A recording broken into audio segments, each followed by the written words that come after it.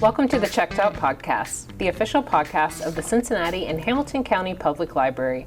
I'm your host, Jessica Renato, and I'm here today with Steve France, our videographer and photographer for the library, and Brian Powers, our community content coordinator here at the main library.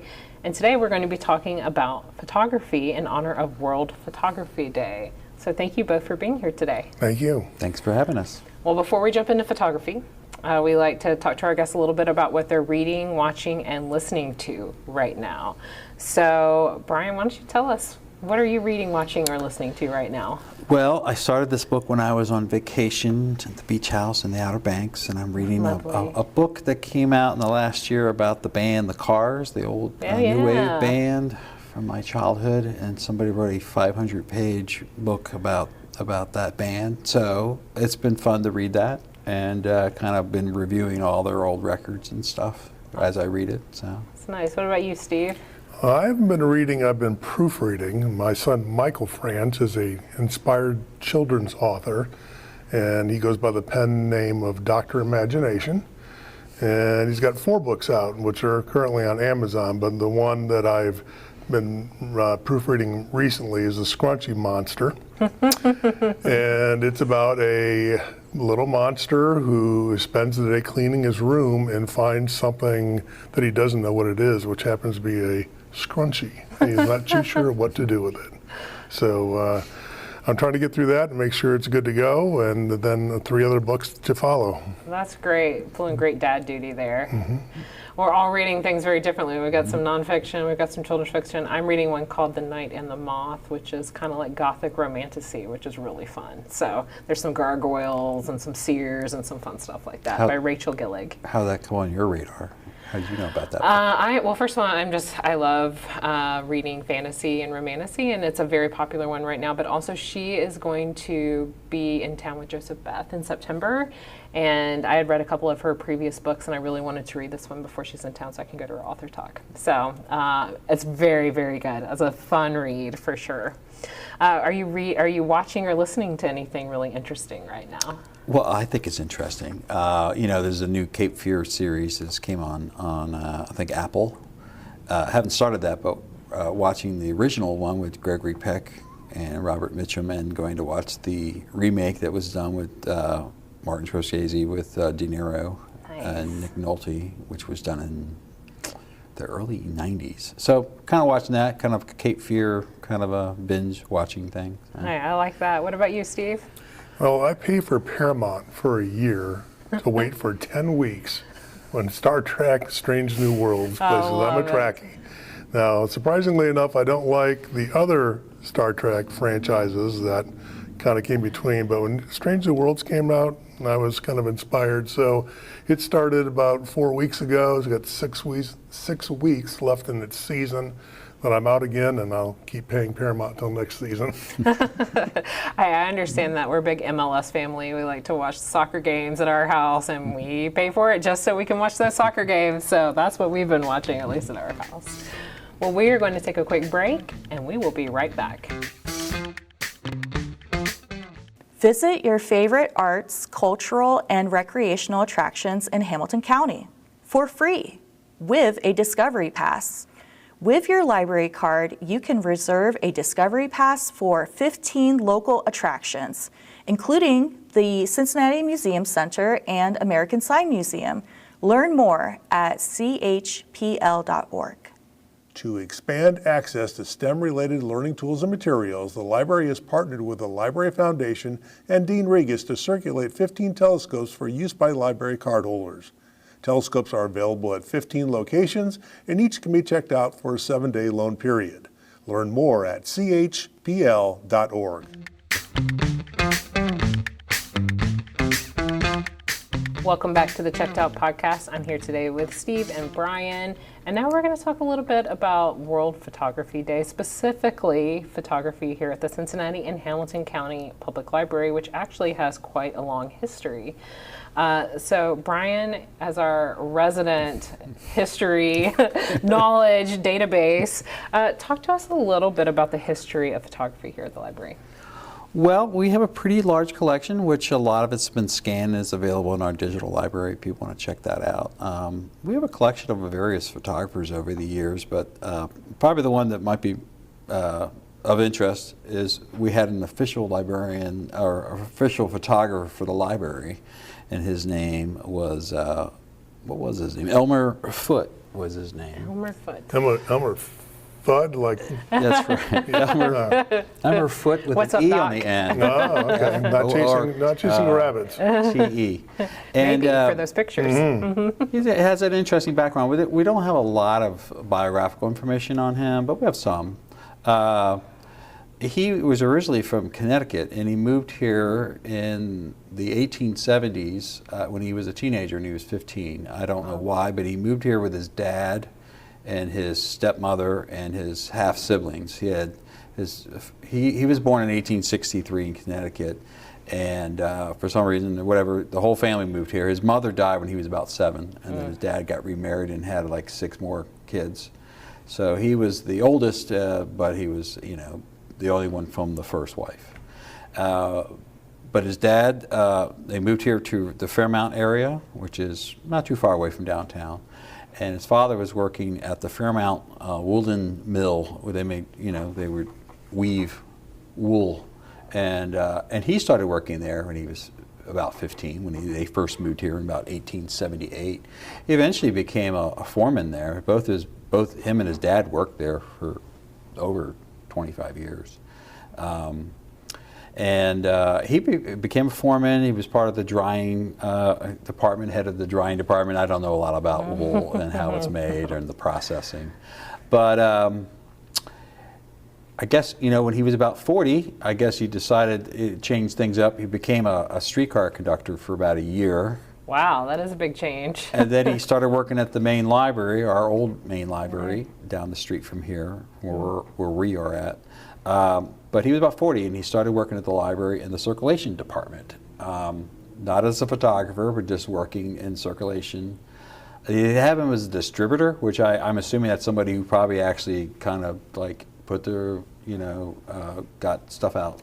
It's an interesting time when he started working there, is when the library started trying to branch out into the Hamilton County. They couldn't do anything until 1898. That's when they got they were allowed. It was all for money reasons and all this stuff, but they were allowed to start distributing and finding locations. So they used to have all these locations, little like a post office that would have some books in there, and that's how they were distributing books throughout through the county. Interesting. And then he was probably doing some of that stuff. Now he became the official photographer for the library in about 1907. So he'd been working for a couple years. Now why, we don't know why him, but I think, this is my theory, it's because of our Carnegie libraries, I believe.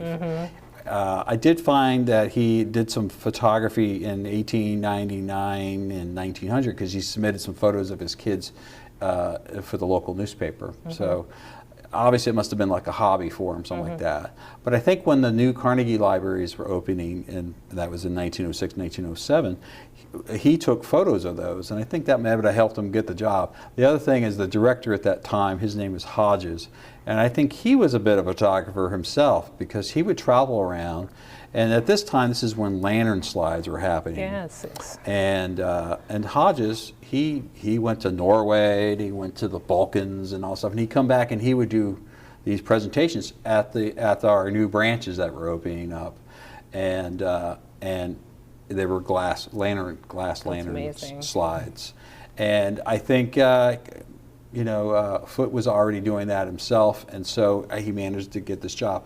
By 1909, he became it in 1907. By 1909, they had about 10,000 lantern slides in the collection, and you as a patron of the library, you could check those out. But a lot of them were used to do lectures.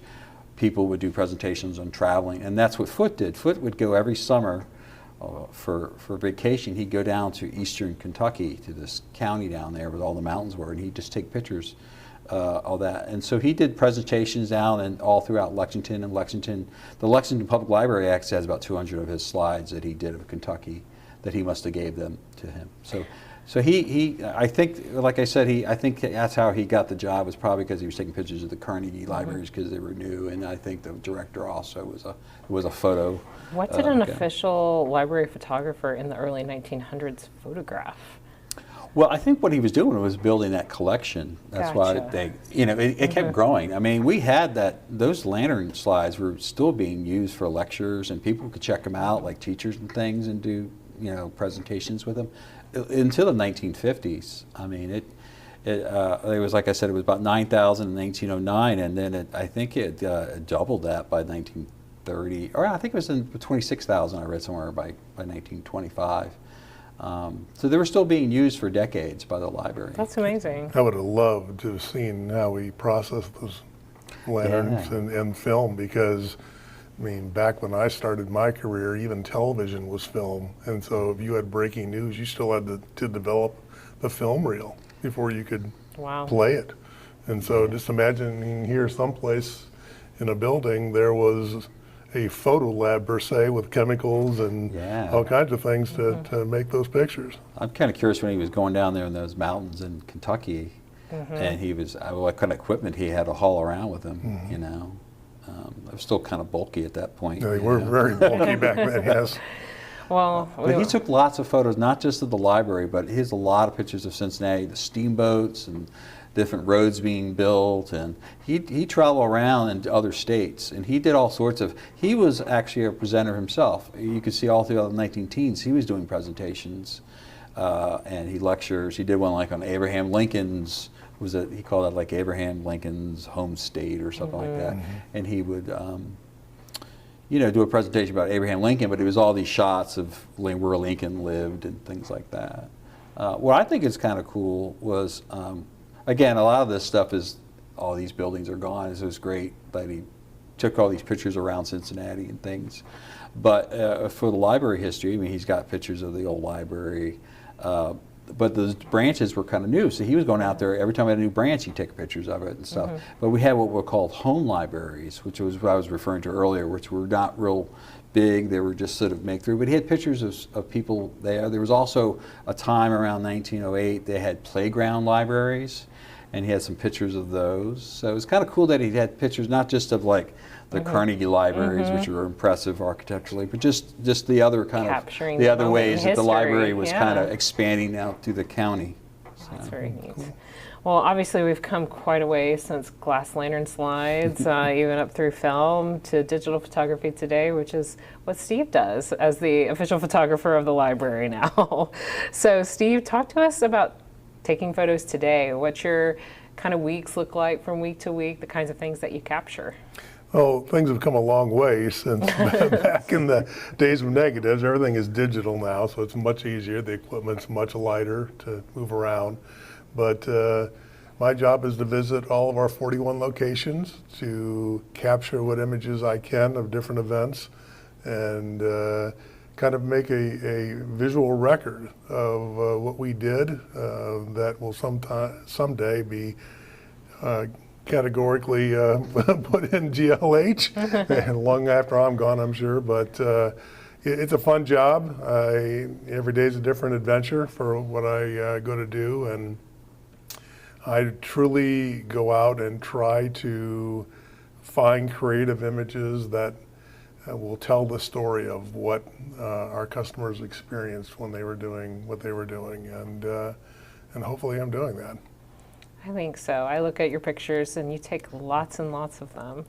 I know personally, working on some of these library refresh projects, we put together history boards and stuff, and we use photos from the past and Steve's pictures, to tell the story of how these branches, where they started and where they are today, and they are an important part of our historical record.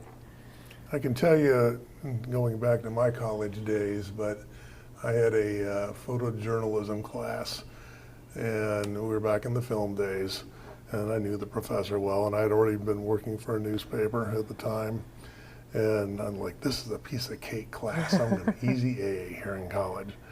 And I would go and do an assignment, and I'd come back and I'd get a D.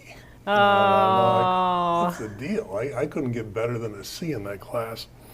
And I learned from him the importance of being close to your subject.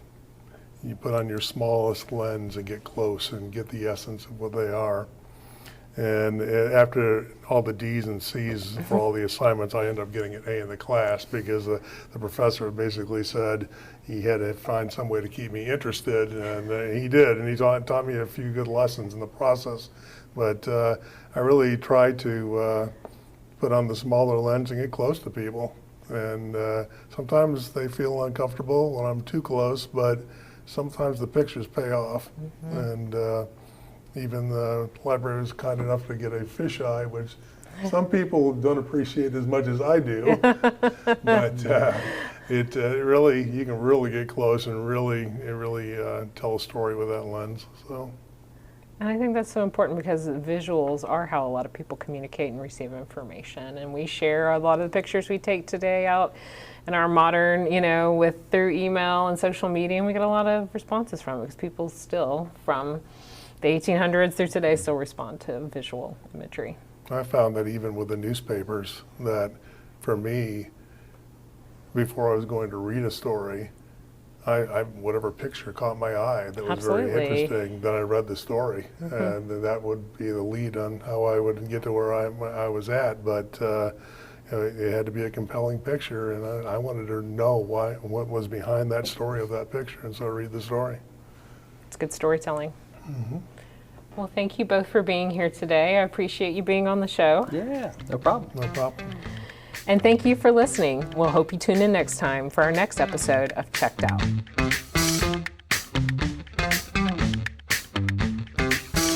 Checked Out is a podcast presented by the Cincinnati and Hamilton County Public Library. It is produced by Paul Wellington, sound engineered by Steve France, hosted by Jessica Renato, and supported by the CHPL brand team, as well as the hundreds of library staff across Cincinnati and Hamilton County. Thank you for listening. We'll see you next week.